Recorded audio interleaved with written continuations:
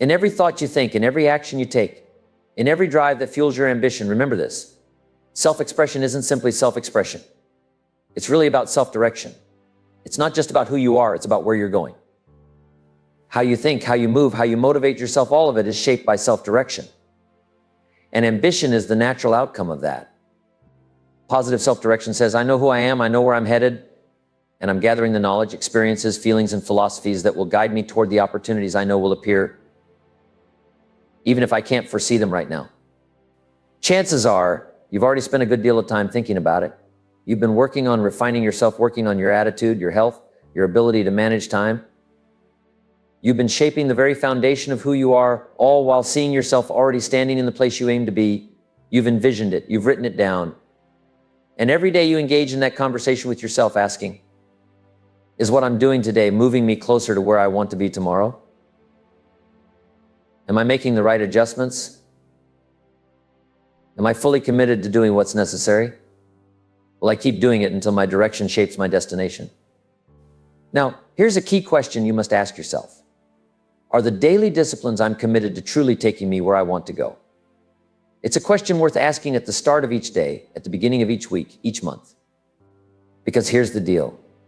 You can fool others, you can kid the marketplace, even your friends, but you cannot afford to fool yourself. Wishing and hoping with your fingers crossed won't get you to the right destination if you're not heading in the right direction. You might say, well, maybe the wind will take me there. Sure, there's always a chance. But it's a risky gamble. Instead, you must take charge of your course. Consistently ask yourself, am I doing the right things, the right disciplines to move toward the success I desire? Don't allow yourself to be deceived. Don't get caught thinking you're on the path to financial independence, when in reality, there's not a prayer of reaching that destination if you're not acting in alignment with it. Don't rely on the hope that someone else will take care of your future for you, because they won't. What happens if all your negative relatives suddenly become positive? What will that do for your future? Not much. What if prices drop a little? What will that do for your fortune or your growth as an individual? Not much. Even if the economy picks up, what will it do? The answer remains the same, not much. Because here's the truth. The external changes won't make the difference you're looking for. It's the internal changes, the disciplines, the direction you set that will determine your success. If you don't make plans of your own, you'll find yourself swept into someone else's plans. And guess what they've got in store for you? That's right, not much. Most people wake up each day relying on this not much plan, and that's exactly what they get. Not much hope, not much progress, not much success. They're driving cars they don't want to drive, living in places they don't want to live, and doing jobs they don't enjoy. Why? Because they didn't take charge of their own plan. And life is more than happy to offer you the not much list if you don't step up with your own. But let's not just focus on the obvious thief, the one waiting in the alley to snatch your wallet. There's another, far more dangerous thief we need to talk about. The thief in your own mind. That thief is called complacency. It's laziness. It's the lack of stimulating, challenging thoughts and questions. And if you're not careful, you can become the victim of your own inaction. So ask yourself the tough questions. Is this the direction I truly want for my life? Or is it someone else's direction? Is this goal really mine? Or is it a goal I've absorbed from my parents, my spouse, my boss, or even my children? Are the things I'm working toward aligned with my own values, or am I simply carrying out someone else's script? Debate these questions. Don't shy away from them. You owe it to yourself to engage in this inner dialogue. What is working for you? What isn't? What habits are moving you closer to your goals, and which ones are pulling you further away? The key here is to challenge your mind, get into the debate of your inner thoughts. Because if you don't, you'll be living someone else's version of success. And that could be damaging to your soul, your spirit, and your health. Now, for those of you who are parents, be careful how you guide your children. Give them all the resources they need to make their own decisions, and then back them up. Let them discover their own path. It may not be the path you envision for them, but it's theirs.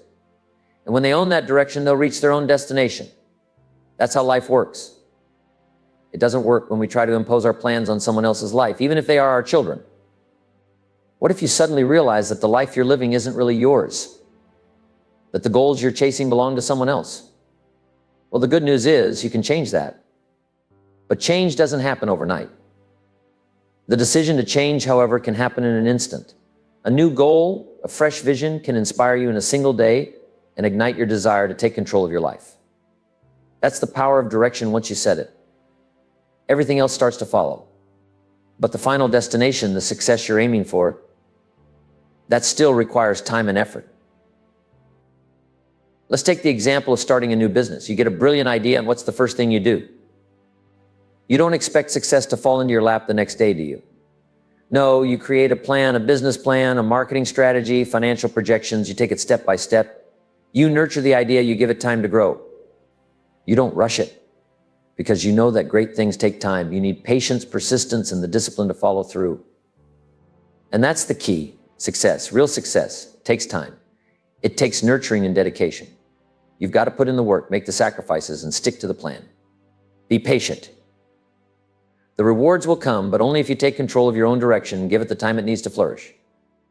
But here's the exciting part. The moment you decide to turn in a new direction, you set yourself up for a brand new destination. That's how powerful direction is. Once you change your course, everything else begins to shift. And it all starts with self-knowledge. Self-knowledge is the foundation. It's knowing who you are, what you want, and what you're made of. It's about being clear on how you feel about yourself, what your goals are, and what kind of life you want to lead. Now, self-knowledge isn't just an abstract concept. It's deeply tied to your personal philosophy, your core beliefs and values. And here's why that matters. Your philosophy shapes your attitude. How you feel about life, about yourself, about the direction you're heading, and about the people around you, all of this is influenced by your philosophy. And a positive attitude can only come from a well-formed, thoughtful philosophy. Attitude is critical. You've got to know what attitude works for you, what thoughts lift you up, what keeps you moving forward. But how do you gather this knowledge? How do you develop the right attitude? Well, you start with your own experiences. There's no better teacher than life itself. The best way to know if something works is to try it. And if it doesn't work, recognize it. Be wise enough to say, this isn't working, and then make the necessary adjustments. That's the key, learning from doing and being smart enough to change course when needed. You see, you can't just keep doing the wrong thing and expect the right results. When something doesn't work, you've got to switch gears. Learn from your mistakes, and then start doing it the right way. And beyond your own experiences, search for knowledge. Gather it from books, from mentors, from the experiences of others. Apply what you learn, but don't just accept it blindly. Make sure it aligns with who you are. As you gather this information, you need to develop your own attitudes and philosophies. Don't just take what life hands you or what others tell you to believe. Take all the information you've gathered, sift through it, debate it, question it, tear it apart. Look at it from every angle, and most importantly, refine it so it fits you. Keep what serves you and throw out what doesn't. And at the end of the day, make sure that what you believe is the result of your own conclusion. That's what real self-knowledge is. It's the first step toward positive self-direction. Now let's talk about the second component of positive self-direction, self-preparation. Self-knowledge gives you the awareness of where you want to go, but self-preparation is what gets you ready for the journey. Being prepared means you're ready for the opportunities when they show up. Because here's the thing, opportunities will come. The key question is, will you be ready to seize them? Self-preparation is about expecting the best from life and being ready for it. It's about being ready for that one sales call that could change your financial future. It's about being ready for that meeting that could propel your career to the next level. It's about being prepared to step up when your moment arrives, not by luck, but because you've been preparing all along. And here's the best part: when you're ready, those opportunities seem to show up more frequently. It's like life rewards the prepared. So work on yourself, work on your skills, your knowledge, your attitude. Prepare as if the opportunity of a lifetime is just around the corner, because in many cases it is. But if you're not prepared, that moment could pass you by without you even noticing. So remember this: self-knowledge sets your direction, but self-preparation ensures you're ready when you arrive. Both are critical to your success, and both are within your control. The more you know about yourself and the more prepared you are, the greater your chances of achieving the destination you've set for yourself.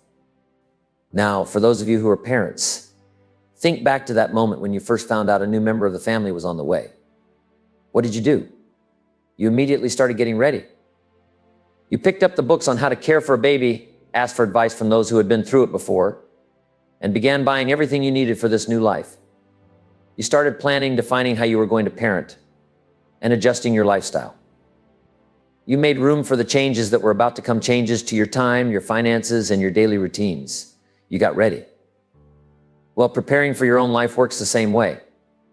When you define a goal for yourself, the process begins with preparation, mapping out the steps, planning your path, and knowing that with enough effort, commitment, and persistence, you'll reach that goal. You understand that it might be tough in the beginning, just like those early years of parenting.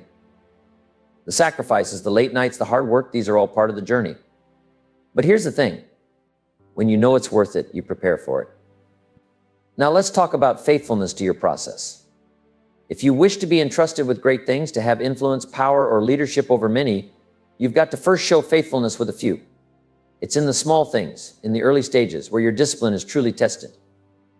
Being faithful means being consistent, disciplined, and committed even when the stakes seem low. That's where the foundation is built. Let's say you have a small group of employees or just a few people in your organization. Someone might say, if I had a big company, I'd really give it my all. But right now I only have a handful, and it doesn't seem to matter. But that's precisely when it matters most. When you only have a few, you have the chance to sharpen your skills, to get really good at communication, leadership, and connection.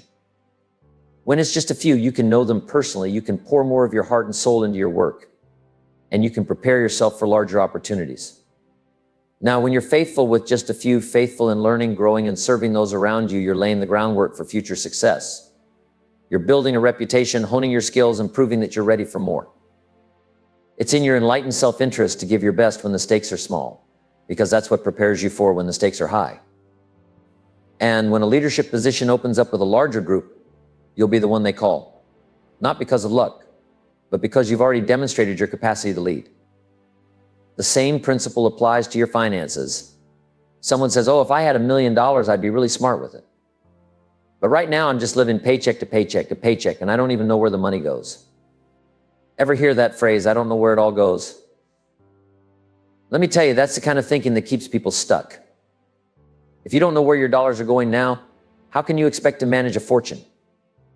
Positive self-direction says that in your own enlightened self-interest, you've got to pay close attention to even a few dollars. Know where your money comes from and where it's going. Develop the discipline of tracking and managing your finances while the amounts are small, and you'll be well prepared to handle larger sums when they come your way. It's about setting up the right habits and disciplines early on, so when the opportunities and the resources multiply, you're ready. It all boils down to enlightened self-interest, self-direction, self-preparation. These are the keys to success. You prepare for tomorrow by doing all that you can today. Whether it's your business, your finances, or your relationships, the principle is the same. Be faithful in the small things, be disciplined with the few, and you'll set yourself up for greatness when the many come along. Success is no accident. It's about being ready. It's about doing the work now, setting the stage for the future you want to create. So start today, prepare, stay disciplined, and be ready for the opportunities that will inevitably come. Because when they do, you'll be prepared to seize them. Now, your ambition, like any garden, needs nourishment. Without it, ambition has no reservoir of strength, no discipline to draw from, no creativity to tap into.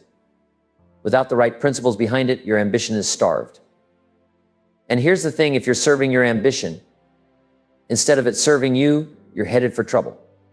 It weakens, it loses focus. And it starts to fade because there's nothing to revive or replenish it. So how do you ensure that your ambition serves you and not the other way around? It all comes down to the principles that form the foundation of your ambition, the building blocks that keep it strong, growing, and effective. These are the philosophies you must work on consistently so your ambition can serve you well. Principle number 1, positive self-direction. Positive self-direction is the compass that guides your ambition. It says, I know who I am, I know where I want to go, and I'm working on my plan to get there.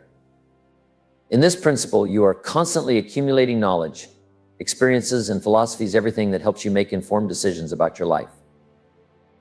You're gathering all the tools and resources you need to decide where you want to go, how you're going to get there, and how to stay on track. Without positive self-direction, you're wandering without a map. But with it, you're clear, focused, and steadily moving toward your destination. Principle number 2, self-reliance. This is the backbone of ambition, taking full responsibility for your life. Self-reliance means owning the results of your actions, both the wins and the losses. It's about saying, I am accountable for where I am today, and I'm the one who can change it. Whether it's in your personal life or your career, self-reliance empowers you to take control instead of waiting for someone else to steer the ship. You work with others, yes, but you do all that's in your power to bring the most value to the marketplace, to your relationships, and to your own development. When you rely on yourself first, you build an unshakable foundation for lasting success. Principle number 3, self-discipline. Now this one is a game changer. Self-discipline is the key that unlocks your ambition's full potential. It's about doing what needs to be done day in and day out, whether you feel like it or not. An ounce of discipline weighs far less than a ton of regret. The pain of discipline is temporary, but the pain of regret lasts a lifetime. Self-discipline keeps your ambition alive and growing. It's the daily actions, the small, consistent steps that lead to long-term success. Whether it's your health, your wealth, or your relationships, self-discipline practiced consistently will shape your tomorrows. Principle number 4, self-enterprise. Self-enterprise is about being proactive, about seeing opportunity where others see obstacles. It's about being resourceful and creative, always looking for ways to create value, not just for yourself, but for those around you. An enterprising person doesn't wait for the perfect moment, they prepare for it. They do their homework, gather the facts, and make things happen. Self-enterprise says, I will do all that I can today to create the opportunities I want tomorrow. The more enterprising you are, the more opportunities you'll see, and the more prepared you'll be to seize them when they appear. Principle number 5, working with others. No one builds success alone. The 5th principle of ambition is learning how to work with others. Whether it's a team, a family, or a community, success requires collaboration.